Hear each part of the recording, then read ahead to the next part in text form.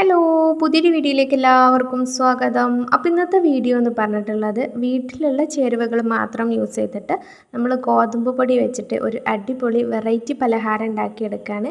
അപ്പോൾ ഈ ഒരു പലഹാരം ഉണ്ടാക്കിയെടുക്കാൻ നല്ല സിമ്പിളാണ്. അപ്പോൾ വീഡിയോ ഫുള്ളായിട്ട് കാണുക, ഇഷ്ടപ്പെടുകയാണെന്നുണ്ടെങ്കിൽ ലൈക്ക് ചെയ്യുക, ഉണ്ടാക്കി നോക്കിയിട്ട് ഫീഡ്ബാക്കൊക്കെ ഒന്ന് അറിയിക്കുക കേട്ടോ. അപ്പോൾ ഈ ഒരു വെറൈറ്റി ആയിട്ടുള്ള പലഹാരം എങ്ങനെ ഉണ്ടാക്കിയെടുക്കുന്നത് നോക്കാം. നമ്മുടെ വീട്ടിലുള്ള ഓട്ടപാത്രം അല്ലെങ്കിൽ ഇതുപോലത്തെ ഓട്ടക്കോരി ഒക്കെ വെച്ചിട്ടാണ് നമ്മളത് ഉണ്ടാക്കിയെടുക്കുന്നത്. ഏതും യൂസ് ആക്കാം കേട്ടോ. അപ്പോൾ ഈ ഒരു പലഹാരം എങ്ങനെ ഉണ്ടാക്കിയെടുക്കുന്നത് നോക്കാം. അതിന് വേണ്ടിയിട്ട് ഒരു ബൗളിലേക്ക് 1 കപ്പ് ഗോതമ്പ് പൊടിയാണ് ഇട്ട് കൊടുക്കുന്നത്. നിങ്ങൾ എത്രത്തോളം ക്വാണ്ടിറ്റിയിലാണ് ഉണ്ടാക്കുന്നത് അതിനനുസരിച്ച് ഗോതമ്പ് പൊടിൻ്റെയൊക്കെ അളവ് കൂട്ടിയെടുക്കുക. അതിനനുസരിച്ച് ബാക്കിയുള്ള ഇൻഗ്രീഡിയൻസിൻ്റെ അളവും കൂട്ടിയെടുക്കുക കേട്ടോ. എന്നിട്ട് നമ്മളിതിലേക്ക് 1 ടേബിൾ സ്പൂൺ റവ എടുക്കുന്നുണ്ട്. റവ വറുത്തതോ വറുക്കാത്തതോ ഏതും യൂസ് ആക്കാം. പിന്നെ ആവശ്യത്തിന് ഉപ്പിട്ട് കൊടുക്കുക. പിന്നെ നിങ്ങളെ കയ്യിൽ നെയ്യ് ഉണ്ട് എന്നുണ്ടെങ്കിൽ 1 ടേബിൾ സ്പൂൺ നെയ്യ് ഒഴിച്ചെടുത്താൽ നല്ലൊരു സോഫ്റ്റായിട്ട് കിട്ടും കേട്ടോ. ഒരു വെറൈറ്റി ടേസ്റ്റും ഉണ്ടാവും. ഇല്ലാന്നുണ്ടെങ്കിൽ വെളിച്ചെണ്ണ യൂസ് ആക്കിയാലും മതി. പിന്നെ നമ്മൾ റവ ചേർത്ത് കൊടുക്കുന്നത് ഈ ഒരു പലഹാരത്തിന് നല്ലൊരു ക്രിസ്പിനെസ് കിട്ടാൻ വേണ്ടിയിട്ടാണ് കേട്ടോ.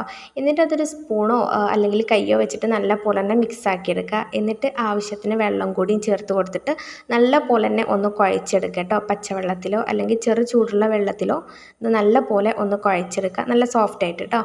നല്ല പോലെ കുഴച്ച് കഴിഞ്ഞാൽ 1 മിനിറ്റെങ്കിലും നമ്മൾ കൗണ്ടർ ടോപ്പിലിട്ടിട്ട് നല്ല പോലെ തന്നെ ഇതുപോലെ സോഫ്റ്റ് ആക്കിയിട്ട് എടുക്കുക.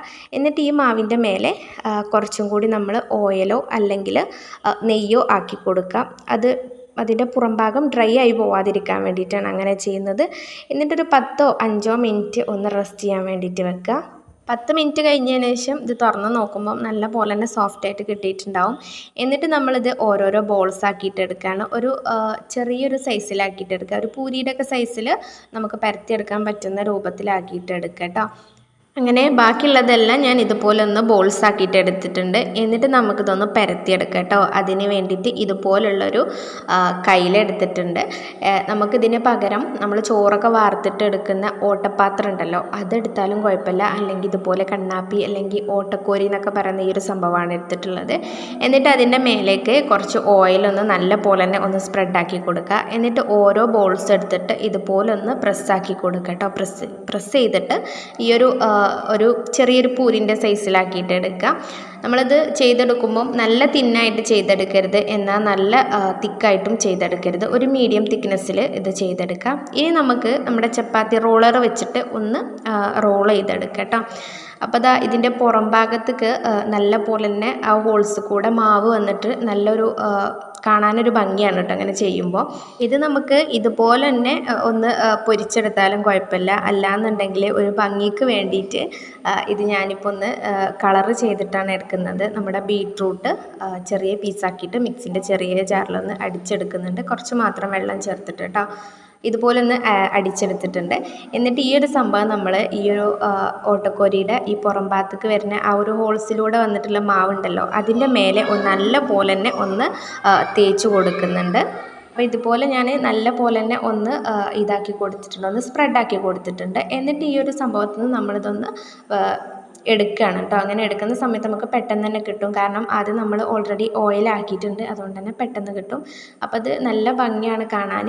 ഇങ്ങനെ ചെയ്യണമെന്ന് നിർബന്ധമൊന്നുമില്ല കേട്ടോ. ഒരു ഭംഗിക്ക് വേണ്ടിയിട്ടാണ് ഇങ്ങനെ ചെയ്തെടുക്കുന്നത്. അങ്ങനെ മൊത്തത്തിൽ ഇപ്പോൾ ഞാൻ ഒന്ന് ചെയ്തെടുത്തിട്ടുണ്ട്. എന്നിട്ട് നമുക്കിതൊന്ന് എണ്ണയിലിട്ടുകൊണ്ട് ഒന്ന് ഫ്രൈ ആക്കി എടുക്കാം കേട്ടോ. അതിന് വേണ്ടിയിട്ട് ഒരു പാനിൽ കുറച്ച് എണ്ണ ഒന്ന് ചൂടാക്കാൻ വെക്കുന്നുണ്ട്. അത് നല്ല പോലെ തന്നെ ചൂടായി വന്നു കഴിഞ്ഞാൽ മീഡിയം ഫ്ലെയിമിനും ഹൈ ഫ്ലെയിമിനും ഇടയിൽ വെച്ചിട്ട് നമ്മൾ ഈ ഒരു പൂരി ഇതിലേക്കൊന്ന് ഇട്ട് കൊടുക്കുന്നുണ്ട്. ഇട്ട് കൊടുത്ത് കുറച്ച് കഴിയുമ്പോൾ തന്നെ നല്ല പോലെ ഇത് പൊങ്ങി കിട്ടിയിട്ടുണ്ടാവും. ആദ്യം നമ്മൾ ഈ ഒരു ബീട്രൂട്ട് ആക്കിയിട്ടുള്ള ആ ഒരു ഭാഗമാണ് മേലേക്ക് വരുന്ന രൂപത്തിൽ ഇട്ട് കൊടുക്കേണ്ടത്. എന്നിട്ട് നമ്മൾ തിരിച്ചു മറിച്ചിട്ട് കണ്ട് നല്ല പോലെ തന്നെ ഒന്ന് ഫ്രൈ ആക്കിയെടുക്കുക. ഇതുപോലെ ബാക്കിയുള്ളതെല്ലാം ഒന്ന് ഫ്രൈ ചെയ്തെടുക്കുന്നുണ്ട്. ഇത് അധികം എണ്ണ ഒന്നും കുടിക്കൂല കേട്ടോ. ചൂടോടെ സെർവ് ചെയ്യുമ്പം നല്ലൊരു ടേസ്റ്റാണ്. ഇതിൻ്റെ കൂടെ ഏത് കറി നല്ല കോമ്പിനേഷനാണ് കേട്ടോ. അപ്പോൾ അടിപൊളി ഒരു വെറൈറ്റി ആയിട്ടുള്ള ഒരു സ്നാക്കാണ്, പലഹാരമാണ്. അപ്പോൾ എല്ലാവരും ഒന്ന് ഉണ്ടാക്കി നോക്ക്. ഇത് നല്ല പോലെ ക്രിസ്പിനെസ്സുമാണ്, എന്നാൽ നല്ല സോഫ്റ്റുമാണ് കേട്ടോ. കഴിക്കാൻ അടിപൊളി ടേസ്റ്റുമാണ്. എപ്പോഴൊന്നും ഒരുപോലെ പൂരി ഉണ്ടാക്കാതെ ഇതുപോലെ വെറൈറ്റി ഒക്കെ ആക്കിയിട്ടൊന്ന് ഉണ്ടാക്കി നോക്ക്. എന്തായാലും എല്ലാവർക്കും ഇഷ്ടമാവും കേട്ടോ. അപ്പോൾ എല്ലാവരും ഒന്ന് ഉണ്ടാക്കി നോക്ക്. എന്നിട്ട് ഫീഡ്ബാക്കൊക്കെ ഒന്ന് അറിയിക്കും കേട്ടോ. വീഡിയോ ഇഷ്ടപ്പെട്ട് കഴിഞ്ഞാൽ ലൈക്ക് ചെയ്യാനും ഷെയർ ചെയ്യാനും പിന്നെ സബ്സ്ക്രൈബ് ചെയ്യാനൊന്നും മറക്കല്ലേ കേട്ടോ. അപ്പോൾ ഇനിയും പുതിയ പുതിയ വീഡിയോസായിട്ട് കാണാം.